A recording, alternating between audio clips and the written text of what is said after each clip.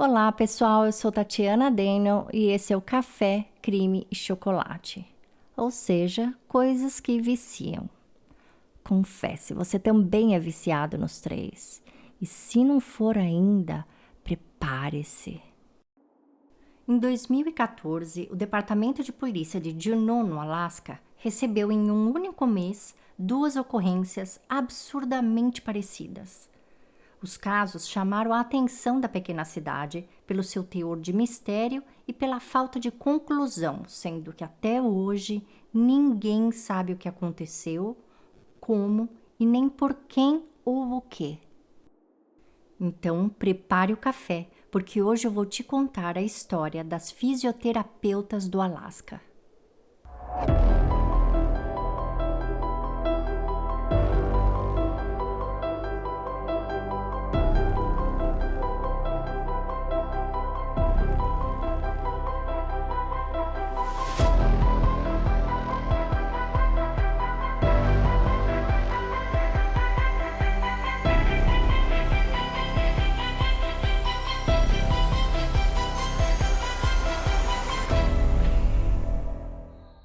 Sandra Kay Gelber nasceu em 12 de maio de 1952 em Ohio, nos Estados Unidos. Ela não veio ao mundo sozinha, junto dela, uma irmã gêmea idêntica, Susan. Desde criança, Sandra era muito ativa e se destacava na escola por ser uma excelente atleta e por ter um carisma excepcional. Sandra era daquelas meninas que incluía todo mundo na turma e que gostava de todos. Ao ir para a universidade e escolher uma profissão, ela optou por ser fisioterapeuta e, ao se formar, Sandra adorava sua profissão. Para conseguir pagar os custos da faculdade, Sandra, após formada, se tornou voluntária da Cruz Vermelha e viajava o mundo visitando áreas de risco para oferecer tratamento a vítimas de grandes desastres. Colegas que participavam dessas missões com Sandra diziam que, além dela ter um coração enorme, ela não passava apuros físicos onde quer que estivesse. Se o campo de atendimento era no topo de uma montanha, Sandra chegava até lá. Se os alojamentos eram em barracas, Sandra se virava e não reclamava. Se a caminhada era longa, ela até preferia. Por gostar de esportes ao ar livre e ter uma saúde muito resistente, Sandra se dava muito bem nessas situações. Em 1989, ela se casou com Tim Riley e o casal foi morar na cidade de Sitka, no Alasca. Em 1991, ela teve seu primeiro filho, William, e em 1993, sua filha Catherine. No Alasca, Sandra fez uma especialização em reabilitação focada em doenças mentais e foi contratada pelo Sitka Community Hospital para trabalhar com crianças autistas e com outras deficiências. Em 2009, a família se mudou para a capital do estado, Juneau, a 2 horas norte de Sitka, onde Sandra passou a trabalhar no Centro de Serviços de Reabilitação do Hospital Regional de Burley. Nesse hospital, Sandra atendia uma quantidade bem maior de pacientes e seu relacionamento com os pais das crianças, bem como com seus colegas de trabalho, era muito bom. Ela se dedicava muito a cada paciente e causava nas crianças um impacto muito positivo. Além de trabalhar muito, Sandra sempre continuava a cuidar da saúde praticando exercícios. Ela corria pelo menos 4 vezes na semana, fazia hidroginástica e praticava yoga. No dia 4 de maio de 2014, um domingo, Sandra trabalhou em seu plantão e, após sair às 3 horas da tarde, foi, como de costume, correr em uma trilha em Salmon Creek. O plano era correr por 1 hora, voltar para casa, se trocar e sair para jantar fora com o marido. Porém, às 4 da tarde, visitantes do parque viram o que parecia ser uma pessoa boiando no riacho que cruzava a trilha. Eles chamaram uma ambulância que fez o resgate e encaminhou a pessoa ao hospital de Burley. Lá, os próprios médicos e enfermeiros reconheceram a vítima como sendo a colega de trabalho Sandra. E às 4:30 da tarde, ela foi dada como morta. No entanto, apesar da fisioterapeuta de 61 anos ter sido resgatada da água, a causa de sua morte não foi por afogamento, e sim por traumatismo craniano causado por instrumento pontudo, de aproximadamente 2,5 cm. No relatório de necrópsia não haviam indícios nenhum de água nos pulmões e o exame toxicológico não apontou presença de nenhuma droga. Sandra também não tinha arranhões nem hematomas pelo corpo que indicassem uma possível luta, queda ou ataque por algum animal. Ela vestia roupa de corrida e suas vestimentas estavam intactas. Como na hora que Sandra foi encontrada o parque já estava quase fechando, a área foi isolada e no dia seguinte uma equipe de investigadores foram examinar o local. Quando vista pelos visitantes, Sandra estava a mais ou menos 12 metros da beirada do riacho e nas bordas não havia nenhuma pegada ou qualquer marca no chão que apontasse a maneira que Sandra teria chegado na água. Segundo os visitantes, esse riacho não estava com as águas movimentadas e desde que ela foi encontrada até o momento que a ambulância chegou e fez o resgate, ela não havia se movido. O chefe de investigação da polícia de Juneau, Ed Quinto, relatou que sua equipe não conseguiu descobrir como e nem por onde Sandra foi colocada na água. E ele ressaltou o termo colocada, já que eles não acreditavam que ela tivesse entrado por livre e espontânea vontade. A temperatura estava extremamente fria e ela não estava com roupas à prova d'água, sem contar que ela ainda estava de tênis. Em depoimento à polícia, Tim, o marido de Sandra, disse que ela jamais teria entrado na água daquela forma deliberadamente, a menos que estivesse correndo de algo ou alguém. Então a pergunta é: quem ou o que atingiu fortemente Sandra na cabeça e a jogou na água sem ter deixado marcas no solo da beira do riacho? A equipe de Ed Quinto ainda estava investigando o caso quando, 19 dias após o ataque de Sandra, mais precisamente no dia 24 de maio, a delegacia deles recebeu uma ligação comunicando o desaparecimento de uma mulher que estaria fazendo uma trilha próximo a Mount Roberts, a apenas 10 quilômetros de onde Sandra foi encontrada. Essa mulher era Sharon Gay Boaz, uma fisioterapeuta de 48 anos que, assim como Sandra, morava em Juneau. Ela trabalhava em 2 clínicas de fisioterapia e também tinha seu negócio próprio vendendo cadeiras ortopédicas. Sharon praticava ciclismo, escalada, canoagem e vários outros esportes radicais. Ela chegou certa vez a pedalar de Juneau até Shakopee Mountain, no Canadá, uma aventura que durou 2 semanas de bicicleta. Ela também já havia acampado na Groenlândia, onde, com um grupo de aventureiros, escalou montes e picos. Sharon fazia parte de vários grupos de esportes radicais e na manhã de 23 de maio, ela se juntaria ao grupo Alpines para fazer uma caminhada e escalada ao Pico Hawthorne. Junto com ela, iria a amiga Ann Johnson, que sempre acompanhava Sharon nessas aventuras. Sharon sempre chegava cedo porque gostava de fazer alongamento, meditar, sem contar que ela era aquela que o grupo recorria quando precisava de algum conselho de como reabilitar músculos, ossos e tendões que sofriam com o esporte. Então, ela e Anne combinaram de se encontrar às 8h45, próximo à entrada da trilha, e dali as duas se juntariam aos Alpines. Chegando ao local, Anne não encontrou Sharon onde elas haviam combinado e decidiu esperar um pouco. Porém, 30 minutos se passaram e nada de Sharon. Anne começou a ficar preocupada porque a amiga não era de se atrasar, pelo menos não sem avisar. E o que mais preocupava Anne é que ela ligava no celular de Sharon e ele tocava e caía direto na caixa postal. Quando passou 40 minutos do combinado, Anne resolveu se juntar ao grupo sem Sandra mesmo. No entanto, ela não parava de pensar por que será que a amiga não tinha ido e nem avisado. A caminhada com os Alpines terminou no fim da tarde e Anne foi para casa se arrumar para uma festa de casamento que ela teria naquela noite. Mesmo assim, ela não parava de ligar para Sharon. Porém, nesse ponto, o telefone dela já nem tocava mais. Ele caía direto na caixa postal.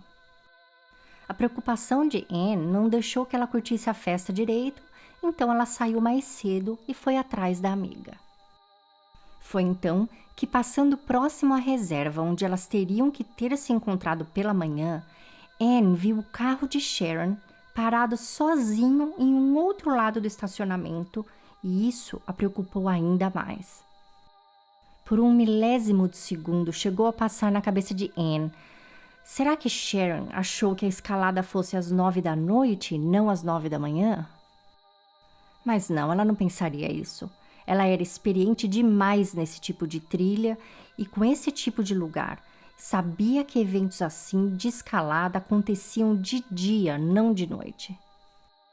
Aliás, nada acontece à noite naquelas áreas. Aquela é uma região cheia de ursos grizzlies e ninguém se atreve a frequentar aqueles lugares à noite, a menos que seja em acampamento e muito bem equipado. Então, Anne se aproximou do carro de Sharon, que era um Honda preto, e viu que ele estava coberto de pólen, o que indicava que o carro estava lá há muitas horas. Sentindo algo estranho no ar, Anne imediatamente ligou para a polícia e deu a amiga como desaparecida. Ela fez a ligação às 9h30 da noite e à 1 da manhã, 500 voluntários da equipe de buscas e resgate do Alasca já estavam fazendo uma varredura no local. Isso tudo estava acontecendo em 2014, 2 anos após a polícia de Anchorage ter sido surpreendida com a descoberta de um serial killer que há anos estava agindo em muitos lugares, mas era residente de Anchorage, no Alasca, o Israel Keys. Israel não faz parte desse caso, até porque ele morreu em 2012, mas ele foi um divisor de águas nos procedimentos investigativos de pessoas desaparecidas no estado do Alasca. Por conta dele, a Polícia Estadual passou por inúmeros treinamentos em investigação e coleta de evidências. Uma equipe do FBI de Quantico chegou a passar 1 ano no Alasca em task force, então, em termos de protocolo e ação, esta era uma região recentemente preparada. Talvez tenha sido isso, e o caso de Sandra Gelber dias antes, que fez com que a polícia se envolvesse rapidamente nas buscas por Sharon. O líder da administração de parques e reservas de Juneau disponibilizou ainda durante a madrugada do dia 24 para o 25 um helicóptero da guarda costeira equipado com o sistema infravermelho FLIR. Para quem não conhece, FLIR é um dispositivo que detecta a radiação infravermelha emitida por objetos quentes. Com a ajuda de um processador digital, essa tecnologia cria uma espécie de retrato térmico de indivíduos em tempo real.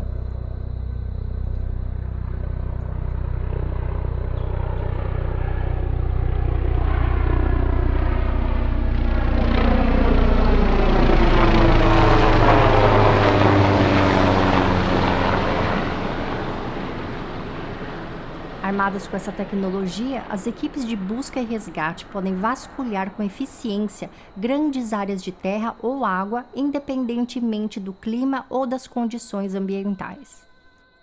A tecnologia FLIR reduz a mão de obra nas buscas e o equipamento pode ser operado via automóveis, embarcações, aeronaves e também a pé. Porém, mesmo com toda essa tecnologia, 5 horas de intensas buscas se passaram e nada de Sharon.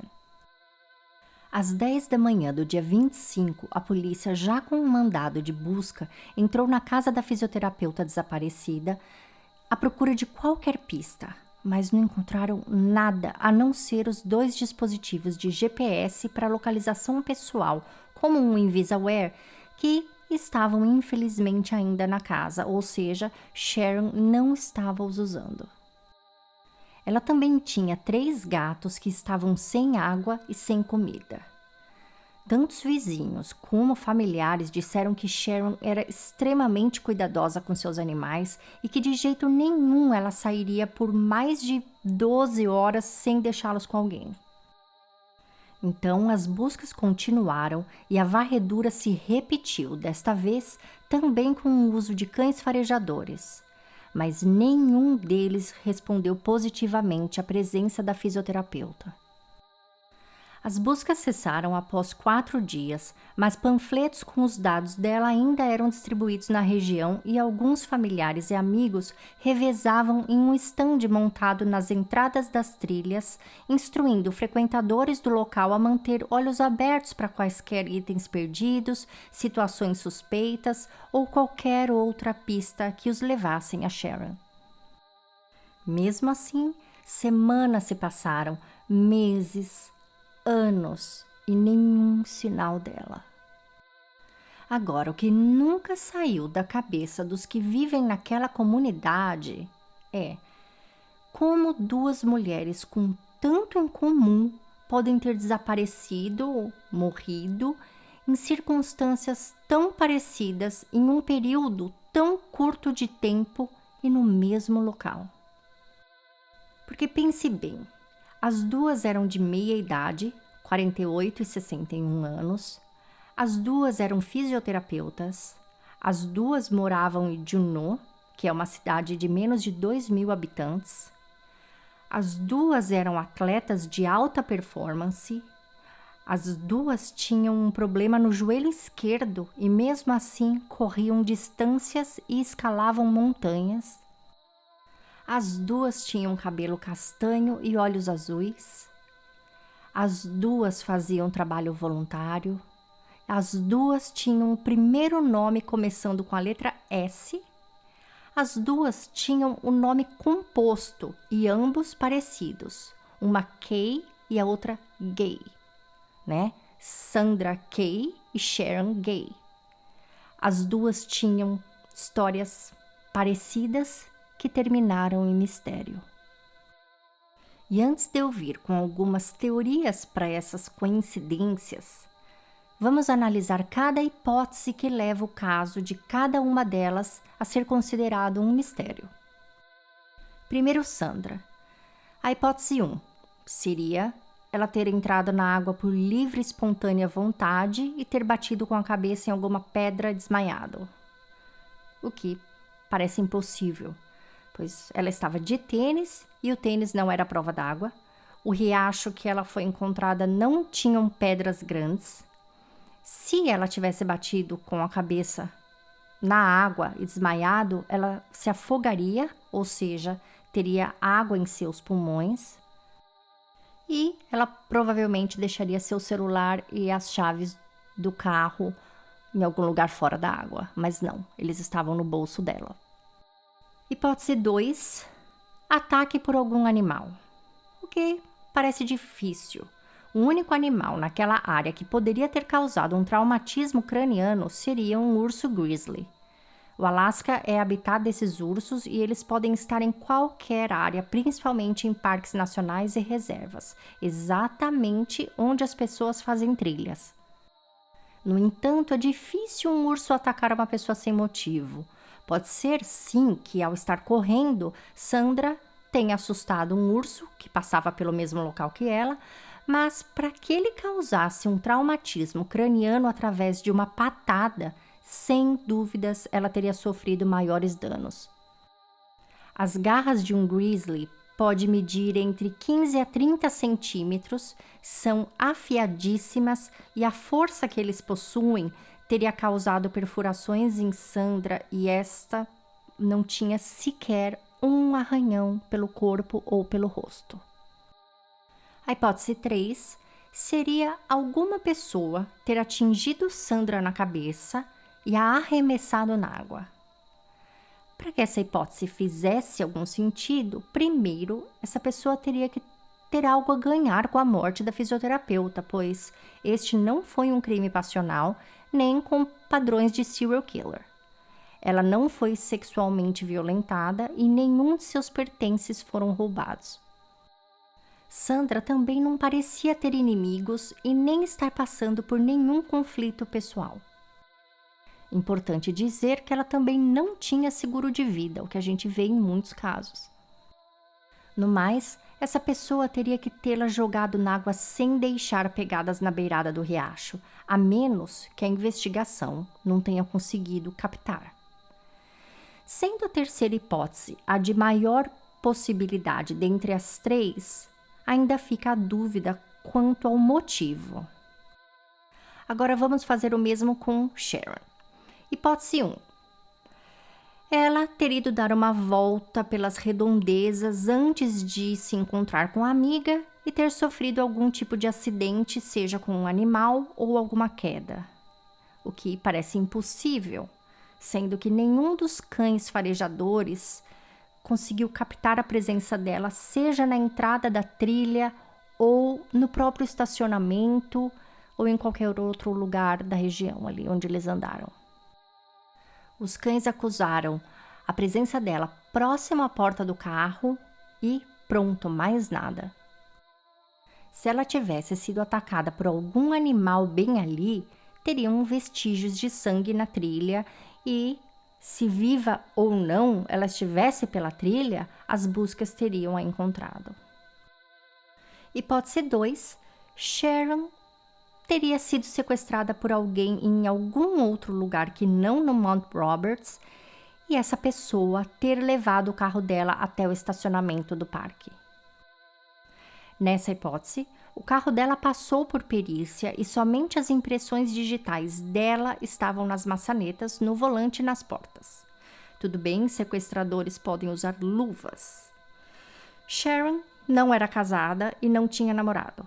Ela não devia dinheiro a ninguém e já estava em uma idade que o tráfico humano não é muito comum. Então, o motivo para alguém sequestrá-la não era aparente, portanto, essa hipótese é plausível, mas é pouco provável. A hipótese 3, que Sharon teria desaparecido propositalmente. Plausível, mas ela não deixaria seus gatos para trás. Então, sendo que nos dois casos, as únicas hipóteses que sustentam um pouquinho de viabilidade são as que envolvem alguém, propositalmente as atacando. Mas qual seria a razão?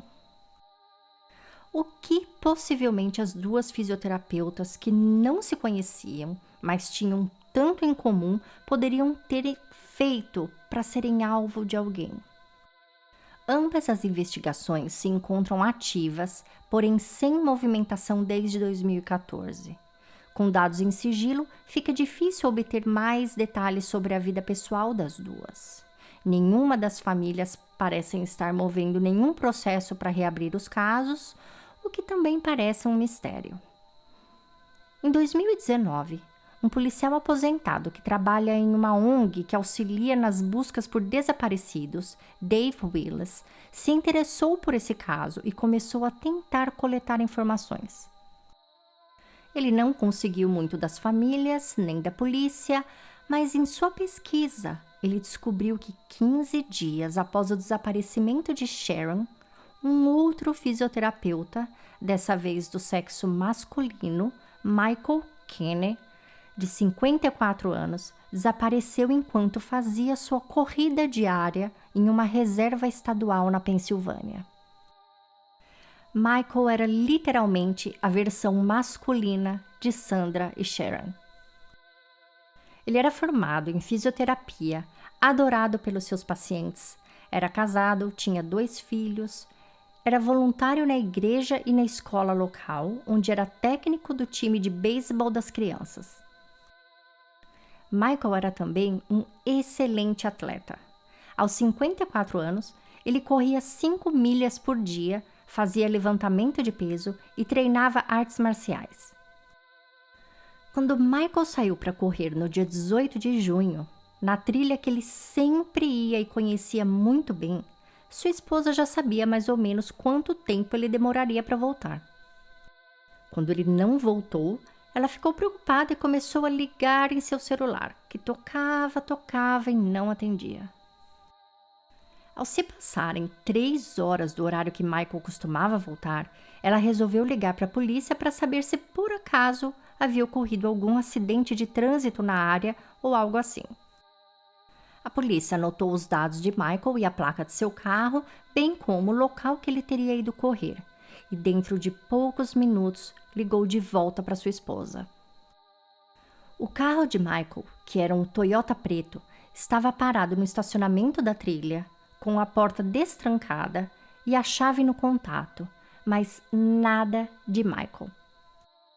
A família entrou em desespero, uma busca enorme se deu início e 5 dias após o desaparecimento, o corpo de Michael foi encontrado em um rio a milhas de onde ele foi visto pela última vez, longe de seu carro e longe da trilha que ele corria. Sua esposa disse que ele nunca deixava o carro destrancado e muito menos a chave no contato. Enquanto a Pensilvânia está longe do Alasca, ambos os estados estão no norte e têm temperaturas mais frias. O relatório da necrópsia de Michael indicou que ele havia morrido afogado e a causa da morte foi dada como acidental. Porém, o local onde ele havia ido correr não era próximo à água. Michael não teria ido tão longe e não teria entrado voluntariamente, sendo que ele estava de tênis e com seu celular ainda no bolso. Esses 3 casos aconteceram em um período de 44 dias. E uma outra coincidência que Dave encontrou é que, mesmo tendo vindo de estados diferentes, os 3 nasceram em cidades da beira do lago Erie. Isso mesmo, a cidade que os 3 nasceram e cresceram ficava à beira do mesmo lago. E, é lógico, um lago gigante, mas mesmo assim, pura coincidência, será? Diante desse mistério, David Willis, do projeto Canaan, pesquisou através do banco de dados da Nemos, que é o banco de dados norte-americano de pessoas desaparecidas, e desde 1987 não há recordes de nenhum fisioterapeuta sendo vítima de sequestro ou desaparecimento. Claro que fisioterapeutas morrem, mas nos bancos de dados existem alguns acidentes de carro, morte por doenças, assaltos, um suicídio. Agora, de repente, 3. 2 morrerem e uma desaparecer completamente em 44 dias. Da mesma forma, assim como no famoso caso dos assassinatos da Smiley Face, neste nunca houve formalmente uma investigação unificada para os 3. E mais uma vez, vemos um padrão de pessoas com características muito parecidas desaparecendo e depois sendo encontradas na água. Em todos os casos, incluindo da Smiley Face, as vítimas eram atletas. Nestes casos, também. No Smiley Face, todos eram jovens e estudantes. Nestes casos, todos eram de meia idade e fisioterapeutas. Aliás, falando na Smiley Face, não existe relato nenhum dizendo se alguém procurou pelas carinhas sorridentes na região onde esses fisioterapeutas desapareceram e reapareceram. Supondo que não tinha, o que a gente vê de constante em todos esses casos? A água. Se descobrirmos pelo menos a razão desses corpos aparecerem na água... Andrea Zeferes, especialista em buscas e resgates em corpos d'água, afirma que afogamento foi o 8º tipo de homicídio entre 2007 e 2017 nos Estados Unidos. Isso porque a maioria dos corpos encontrados na água que não apresentavam sinais de violência não eram vistos sobre o prisma criminal pelos investigadores, que facilmente presumiam que a cena tratava-se de acidente. Não só isso, corpos d'água são classificados como o 2º método mais utilizado para descarte ilegal de cadáver. Intrigada com esse mistério, eu fui pesquisar então um pouco mais sobre o simbolismo da água e possíveis rituais que a envolvam. Há diferentes maneiras de se estudar o simbolismo das águas. Em muitos dos autores estudados, pôde-se observar que a água foi ligada à vida, à fertilidade, a maternidade, a purificação, ao renascimento e a passagem de ciclos. A água tem o poder de absorver, acumular ou descarregar qualquer vibração. Por ser excelente captadora de energia possuindo vibração ora positiva, ora negativa, depende do emprego, ela metafisicamente é utilizada em trabalhos de cura, limpeza energética e rituais de iniciações.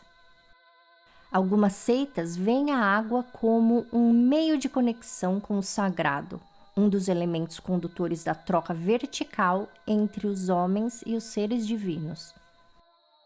Na Índia, o elemento mantenedor da vida, que circula através de toda a natureza em forma de chuva, seiva, leite e sangue, é o princípio e o fim de todas as coisas na Terra. É preciso afirmar que o homem, ao tomar contato com a água, se regenera e, portanto, nasce novamente. Nela, há um reordenamento cíclico por sua utilização em rituais de batismo. De acordo com um estudo feito pela Universidade de Sedona, guiado pelo professor Dr. Paul Leon, a imersão nas águas significa o retorno ao pré-estado original, com seu duplo sentido de morte e dissolução, mas também de renascimento e nova circulação, pois a imersão multiplica o potencial da vida. Já o simbolismo do rio estaria mais ligado ao transcorrer do tempo. O autor afirma que o rio é um símbolo ambivalente por corresponder à força criadora da natureza e do tempo. Por um lado, simboliza o transcurso irreversível e, em consequência, o abandono e o esquecimento. Ao investigar o simbolismo das águas, percebe-se que a água pode ser encarada tanto como continente como quanto contido. Ainda sob estudo da Universidade de Sedona, sem estar relacionado com qualquer tipo de investigação criminal, a água é o fluido criador que absorve algo e carrega por onde vai. Segundo o Dr. Paul Leon, em cada lar, a água presente absorve as características mentais de seus moradores. A água no mundo não somente carrega os resíduos dos corpos, mas também as expressões de nossa vida mental. Então, seriam estas mortes uma tentativa de carregar as águas com as melhores atribuições? De transportar os atributos dessas vítimas para outro lugar? Onde? E principalmente por quem ou o quê? Lendo comentários nos artigos sobre esses casos, fica impossível ignorar a relação metafísica ufológica entre esses três acontecimentos. Mas eu também tenho uma outra teoria que é bem mais palpável. E se, por alguma razão que desconhecemos, pode até constar na investigação ou não, não sabemos, mas digamos que Sharon estivesse sendo alvo de algum ataque.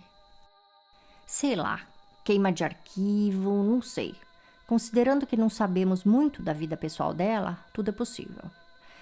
Digamos que alguém tivesse encomendado o sequestro de Sharon e, ao passar as coordenadas, fisioterapeuta em Juneau, 48 anos, cabelo castanho, olhos azuis, sempre sai para correr, vive nas trilhas várias vezes por semana. Bom, a cidade é minúscula. Concordo que qual seria a probabilidade de duas fisioterapeutas atletas de meia idade morarem tão perto, terem o mesmo hobby e quase o mesmo nome? Sandra Kay, com K, e Sharon Gay, com G. K-A-Y, e a outra tem o segundo nome G-A-Y. E se o alvo fosse Sharon e alguém bateu com algo na cabeça de Sandra para raptá-la e, ao perceberem que era a mulher errada, a descartaram de alguma forma na água? Aí então voltaram a procurar pelo verdadeiro alvo e em 19 dias chegaram em Sharon. Meu ponto é que as duas poderiam facilmente ser confundidas. Agora, Michael, nessa teoria, ele some. Ele vira só coincidência mesmo. Então, o que vocês acham? Número 1. São apenas 3 acontecimentos super estranhos, não relacionados entre si, pura coincidência. Número 2. Os 3 foram alvo de algum experimento estranho, seja por meros humanos ou extraterrestres. Ou número 3, Sandra foi confundida com Sharon e Michael não tem nada a ver com o caso. Eu quero saber agora o que vocês pensam desse mistério. Eu já tive sonhos e experiências reais, um pouco estranhas com água. Então, esse caso realmente me deixa pensando muito em todas as possibilidades. O tema água também tem tomado muito espaço na ficção recentemente. Quem assistiu a série The OA, que estreou em dezembro de 2016 na Netflix, onde os personagens eram colocados em cápsulas de afogamento para alcançarem outras dimensões. Teve também uma série da ABC chamada Resurrection, que teve uma super audiência, mas foi cancelada depois da 2ª temporada. Nessa série, uma cidade inteira foi inundada e quase todos seus moradores morreram afogados. 20 anos depois, eles começaram a voltar e cada vez que um deles reaparecia, cenas de água jorrando das torneiras ou transbordando de banheiras apareciam. Esses indivíduos também voltavam com muita sede e precisavam constantemente beber água. Uma série também chamada Proof, da TNT, que trata de experiência quase morte, também mostrava bastante relação com a água. E várias outras. O The Return, The Crossings, que por sinal se passa ao lado de onde esses casos aconteceram. Eu vou colocar o link dessas séries na nossa página, mas quero mesmo saber de vocês qual a sua opinião sobre esses casos. Me falem se alguém de vocês já teve alguma experiência estranha envolvendo água. Me contem lá nas redes sociais. Aliás, falando em redes sociais, além do grupo no Facebook, perfil no Instagram, Twitter e Telegram, agora vocês também podem me encontrar no Clubhouse. Por enquanto eu estou ainda testando as águas, mas logo já quero montar salas de conversa pra gente. E o tema desse episódio de hoje daria um bom bate-papo lá no Clubhouse. Então, podem me procurar por lá. Creio que eu seja a única Tatiana Daniel no Clubhouse e no mundo, então será fácil. E antes de terminar, eu gostaria de voltar em uma coisinha que me chamou a atenção nesse episódio. Gente, a Sharon, que é a única dos 3 que sumiu do mapa mesmo, de corpo e alma, tinha um pingente no estilo do Invisaware e um outro localizador pessoal que funcionava via satélite. E os 2 estavam na casa dela, não com ela. Bom, adianto dizer que comprar esses dispositivos e deixar em casa não ajuda? Não, né? Por isso eu acho que dentre todos os localizadores, o Invisaware é o que mais funciona para a mulher, porque ele é bonitinho, combina com tudo, tal, é pequeno, não dá trabalho sair carregando, né? Eu sei que ela tinha um pequeno e um grande. E ela também não parecia ser alguém que se importava com a beleza do objeto, mas sim com a função dele. O que eu acho que aconteceu no caso da Sharon é que, como ela estava indo com mais gente num local tão perto de casa, ela nem pensou em levar. Mas a gente tem que lembrar que esses dispositivos não são somente para quem se perde, gente. Ou seja, é para quando você de repente passa mal, desmaia, sofre um acidente de carro, fica trancado num elevador sem luz, sei lá, situações como essa. Então, quem tem, por favor, use em todas as situações. Toda vez que eu vejo casos assim, como esse de hoje, onde algo estranho acontece, eu sempre fico imaginando se a pessoa tivesse usado algo do tipo do Invisaware, ou algum outro dispositivo que você aperta um botãozinho e manda a sua localização. Então, por favor, quem tiver, use. Bom, agora eu vou indo. Espero que vocês tenham gostado do mistério de hoje. Como sempre, as fotos desse caso e as fontes estão no nosso site, que é www.crimesemistériosbrasil.com. Eu espero a opinião de vocês e qual teoria vocês acham que mais se aplica a esse caso, ou novas teorias também. E quem sabe se vocês me mandarem dicas de séries ou de livros que falam sobre essa questão da água, tá? Manda pra mim pelas redes sociais. E eu volto semana que vem com mais um caso. Enquanto isso, se cuidem, protejam-se e fiquem de olho na água.